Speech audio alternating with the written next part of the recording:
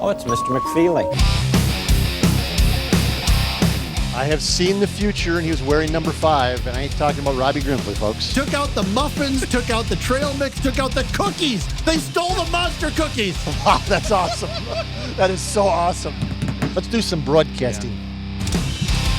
Always looking forward to our visit with our guy, Mike McFeely, who put me on blast last night with, of course, a uniform or helmet take on the Vikings wearing the Winter Warrior outfits last night. We're not a fan, huh? I was born in 1966. I lived through, unlike many of your viewers and yourself, lived through the glory days of the Minnesota Vikings back in the early 70s. I also tweeted out last night, I saw a guy wearing number 44 on the Vikings. I went, Josh Vitalis wears 44. Whatever. Yeah. So whatever. Jimmy Shimtree. Doesn't matter. He's a good player. But whatever. That's Chuck Foreman's number. Yeah. I didn't realize that Chuck Foreman's number wasn't retired by the what are we doing here? Yeah. It's Chuck Foreman. Like, he invented the spinorama. He was the best running back, for like 3 years. He's an all-timer. I heard his stats actually last week on the radio, and I was like, wow, he was way better than I think people know. Like, certainly at my age that didn't see him play till later in his career. He was really good. Yes. I mean, he was, incredible I'm not player. sure what they're doing there with that. And so, I was at a playoff game at Met Stadium in 1976. Vikings versus Washington, then the Redskins. I was that guy, bundled up in December. Were they wearing white helmets? Heck to the no. The colors of the Minnesota Vikings are purple and gold and white. Yeah. It is not white. They are not a white helmeted team. They are not. Where was the purple last night? It was high. I'm not done. I'm not done. I know it's your show. I'm not done. The Vikings color is purple. Purple. Minnesota Vikings. Horns on the helmet. If you want to have the stupid white uniform because it's the ice game or winter is coming or whatever stupid thing they're doing, that's fine. The helmet stays purple. Okay. Okay? Okay. So who's ever running that outfit down there, Ziggy or Mark is his brother. Whatever, don't care. O'Connell, whatever. Just no. Just okay? No. No white helmets. Again, uniforms, whatever. Sell more jerseys, whatever. Yep. Purple helmets. I was hoping they're going to lose last night. So they burn them? Yes. I was at bowling last night. I hope they lose this game so that they never wear those helmets again. Unfortunately, the Bears are bad. I don't think there's any chance of that bad happening. Football team. Woo. The Vikings other than like 1 year, that's been a consistent theme through my life as well. Through my 58 years, is the Bears are bad. So I remember the Super Bowl shuffle Bears of 85. Yes. And then the Bears of 06 with Rex Grossman made the Super Bowl, which I can't believe that happened, but that's it. I'm still bitter that Mike Ditka gave the ball to Refrigerator Perry. In the Super Bowl. Instead of the most classy, greatest running back in NFL history. Walter Payton. You gave Refrigerator Perry a touchdown instead of Walter Payton. That was the lowest of the low. Against the Patriots, that was just a greasy move by Ditka. It wasn't great. I want to talk some hoops before we get to the football game, because you were at the Bison men's game on Sunday, where they turned in apparently the Golden State Warriors a couple of years ago, making 18 threes. They won by 36 in a game that wasn't they've been close. doing that the whole. I know. Ever since they've gotten kind of healthy and sort of figured out what they are, they have consistently been one of the best three-point shooting teams in the country in Division I. They made 23s against Samford in a game they lost, which is the last game that they lost. Now they're into the top 100 of the net rankings. They've won 7 in a row. Is it time to sit up and pay attention to Dave's crew here? Yes, has been for 2 weeks. As you may know from some of our text exchanges, I had some questions about the Bison men's basketball team early on, especially when they kept whizzing leads down their leg late in the game, the Samford game. I know Samford plays a weird high-pressure style, but I mean, they just You're folded, up 15, you got to win. They just folded down the stretch. Bakersfield, they folded down the stretch there, too. Correct.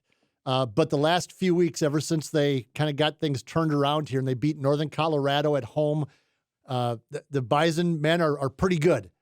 And they rank highly in made three-pointers. I think they're third in the country in made three-pointers. They are, I think I looked it up before I came on because I actually do research for this program. I think they're fifth in the country in effective field goal percentage. There's a stat. Which combine, it just means that they're efficient, but they combine into threes. But they're not casting up like a million threes, and they're not just an up and down run. They take the threes in the flow of their offense. They're mostly good threes.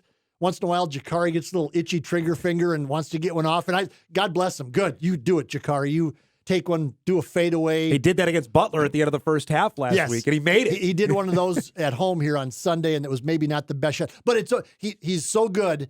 And they're doing it all within what they're supposed to be doing offensively, and it's fun to watch. Yeah. And they're worth taking a look at. And I know it was a Sunday. I know it was NFL day. I know that the football game was the day before, but there's like 1,000 people at the Shack on Sunday. Come on. Yep. What are we doing in this town? I don't. What are we doing? I don't get it either. There's 10,000 people at the football game. There's 1,000 at the basketball game. I'm done, and they're trying to market. Yeah. Okay. You and I have been on that for a bit. Slashed them last year. Yep.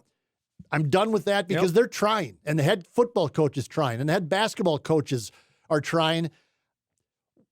I'm talking to the Fargo Moorhead community.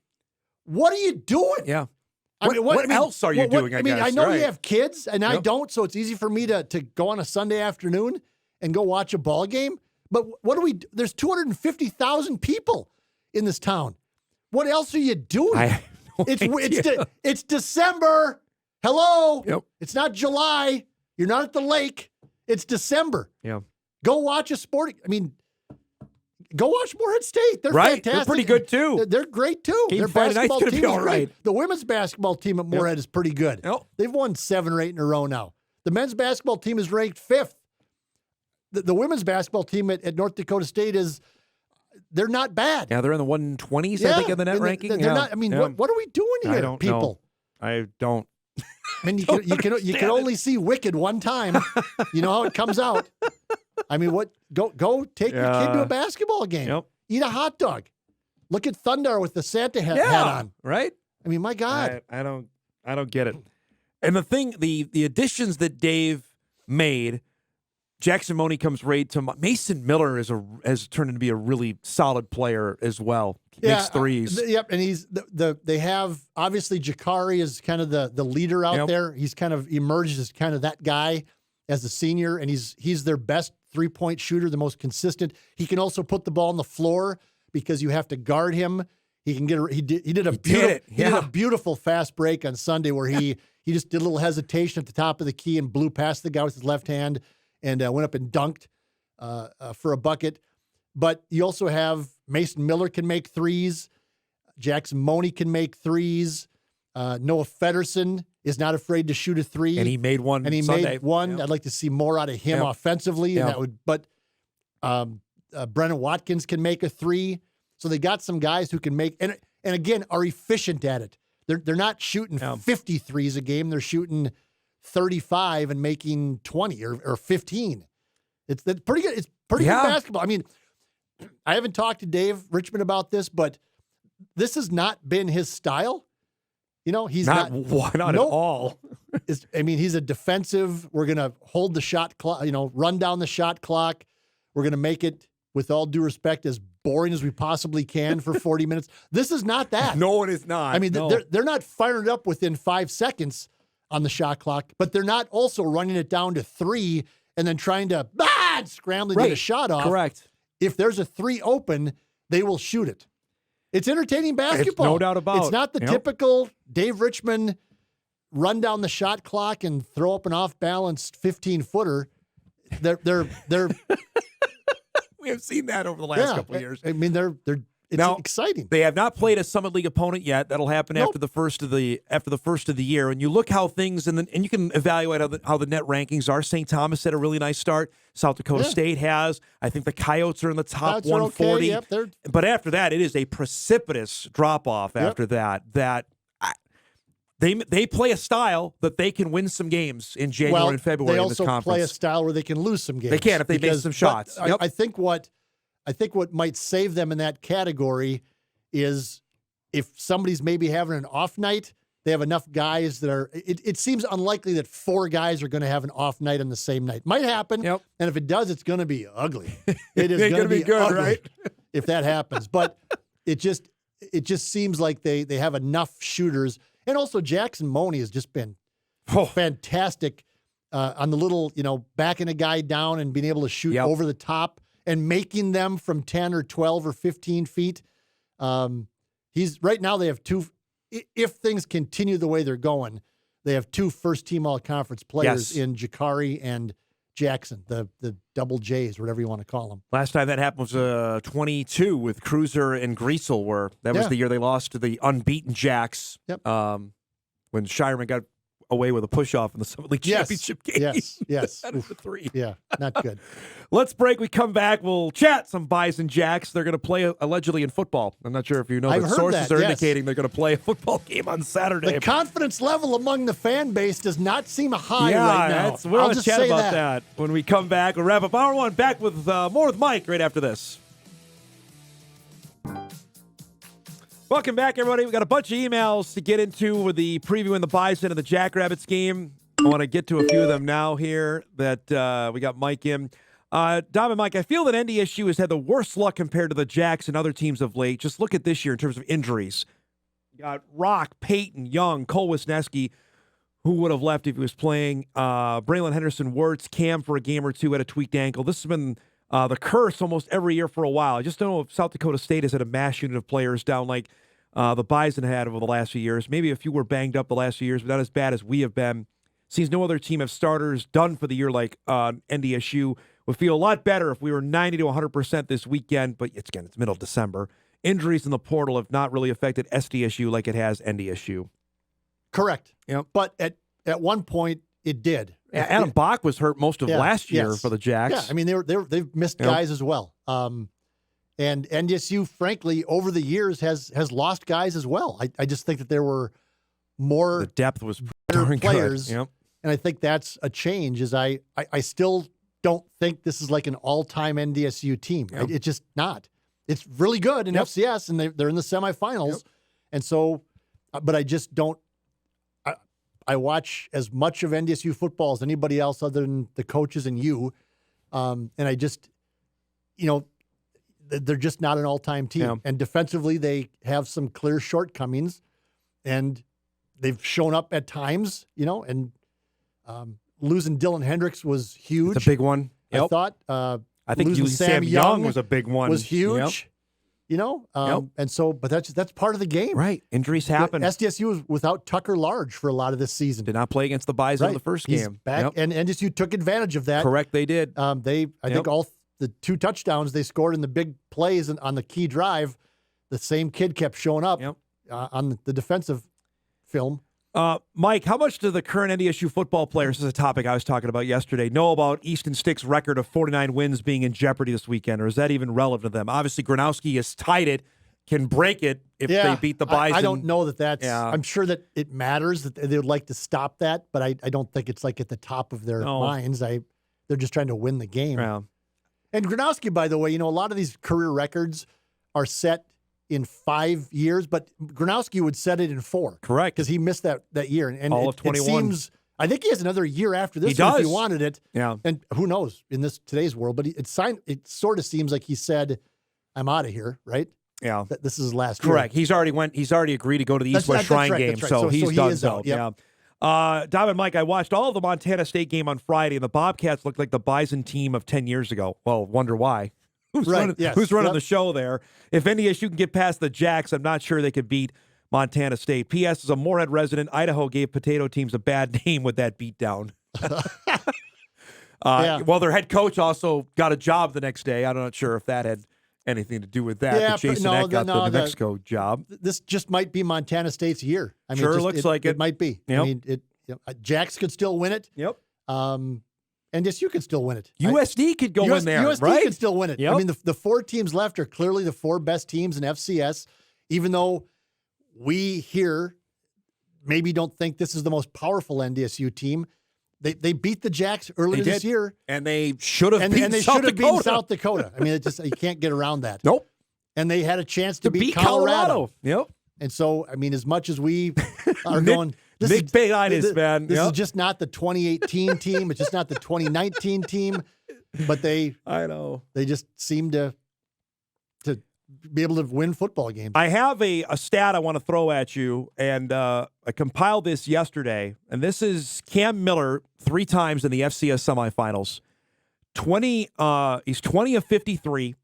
Not great. Nope. That's 3 games, 327 yards, and 3 touchdown passes. That also counts in that 1 of 12 game against Incarnate Word. That counts the Incarnate Word game, yes. Record of 2-1. Yeah, it does. Yep. And he did it with his legs in the Incarnate Word game. He ran for 132 yards and a touchdown in that game against the Word. He needs to have by far his best semifinal performance if the Bison are going to win this game. He might need to have his best playoff game ever. Period. Yeah. You know, I mean, he was good against Montana State in the national championship game, but they didn't ask him to do a ton because they just were Hunter Lipke was killing people. And Christian Watson was in that game. And Quincy Patterson was in that game. Correct. They had options in that. But that's even what I mean talking about this year's team. Yeah. Yep. You know, again, Cam Miller is fantastic, and they've been great. And Bryce Lance is, but I mean, think about what you just said. I know. And think about that offensive line that NDSU had in 2021. Every guy's playing in the NFL. Maybe right now. the best one ever at North Dakota State. Oh.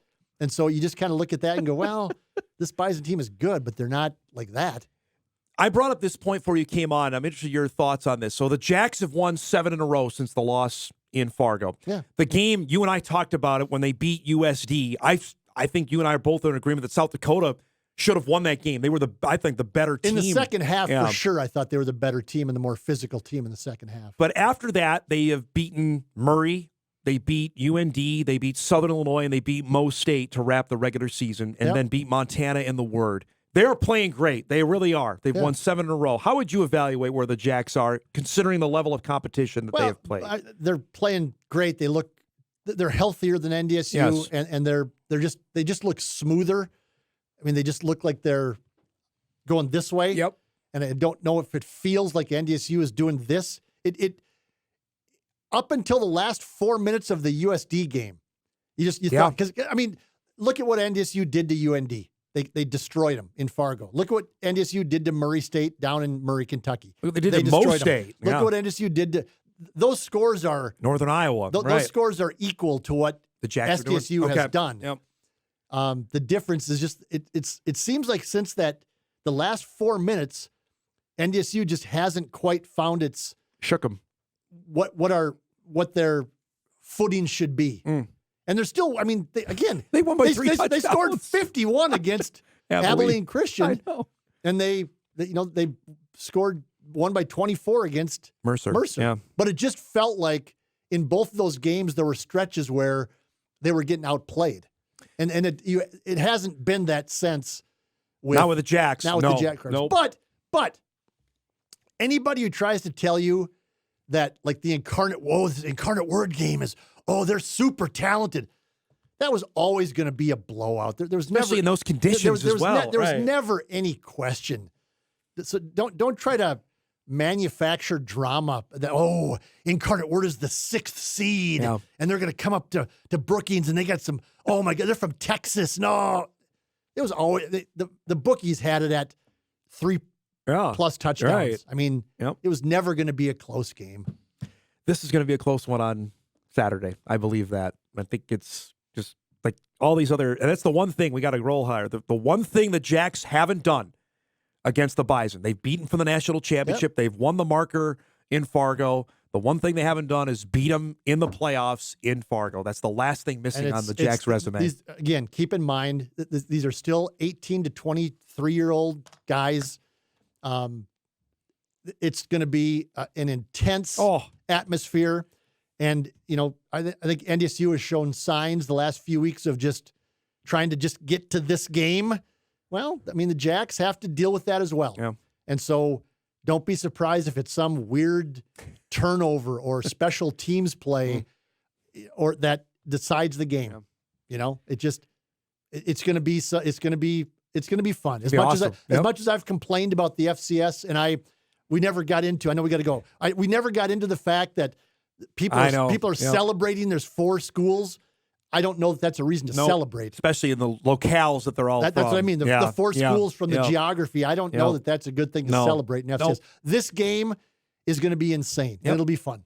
And the game after will be pretty darn good, too, in Bozeman, I think. That South Dakota-Montana State game will be as well. Great to see you. We'll see you on Saturday, all right? You betcha. Mike McFeely joins us each and every Tuesday. Give us a wrap on what's going on. We'll break. Big second hour, including Dragons men's basketball coach Tim Bergstrasser on their showdown with unbeaten Minot State. Hour 2 of Hot Mike begins right after this.